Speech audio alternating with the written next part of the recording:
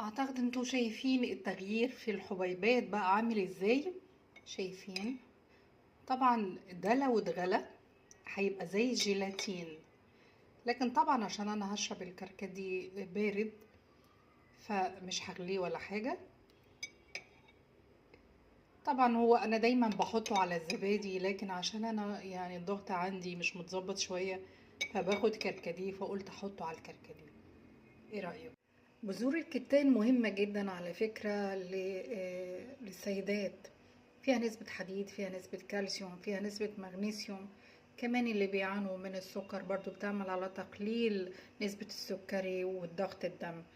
وطبعا زي ما انتم شايفين انا حطيتها على الكركديه، لان الضغط عندي اليومين دول مش متظبط.